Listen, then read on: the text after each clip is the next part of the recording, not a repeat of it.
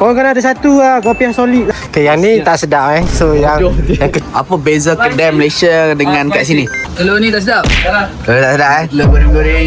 Kita dah selesai belum? Nep? Ha? Kita dah selesai sarapan? Selesai sarapan, Alhamdulillah. Tak pergi mana? Kita nak pergi stesen bas. Maklum mana tadi? Ha? Tarik maklum? Maklum. Video. Okay, Assalamualaikum. Aywa. Ni apa ni? Tempat lepak ke apa? Aku jumpa tu tempat bersejarah. Kerajaan. Kita tengah ni negotiation untuk Bawah atas, Bas. pergi. Mungkin. Alatul roh. على طول. Dia cakap apa? Okey bang. ما في مشكلة ما في مشكلة. ترجع بحلاوة. Jadi kenderaan inilah yang kita akan naik pergi ke Mekah. Bukan kita lah maksudnya Nep. Berapa Nep dapat? 75. So cerita sikit Kali semua. Cerita sikit macam mana situasi tadi berlaku? Dia lawan-lawan harga berapa? Yang ni minta 60, yang tu 50. Wih, lepas tu? Lepas tu dah 60, tiba-tiba tambah 15 pula. Dia cakap 15 untuk dia. Kita nak hantar Hanif. Dia nak gerak dah ke Mekah. Terus pagi ni.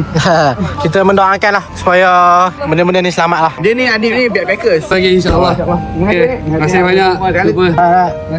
Hati-hati baik. Okay Hanif cakap something kat kamera. Berpisahan antara kita dah ni. Terima kasih korang. Korang memang raihkan tetamu dengan baik. Dia dah marah. Dia lagi. Gerak lu Jumpa lagi. Apa Isa? Bye-bye kamera. Bye.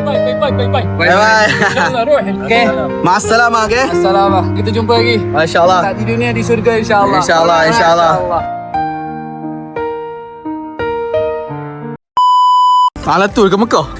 Laju cut. Tak ada transit, tak ada apa. Luncur. Plannya nak pergi beli tiket. Okey, nak beli tiket. So, sampai tak sempat beli tiket, dah ada orang lain dah sambar dah. So, siapa cepat dia dapat So, jadi cerita macam tu lah. Dapatlah tu pengangkutan. Siap datang rumah lagi. Dan bukan ada orang lain. Dia seorang ada depan. Dia seorang dia. Beg tu penuh dia saja barang dia. So, itulah antara salah satu Keunikan. lifestyle dekat Madinah Mekah ni.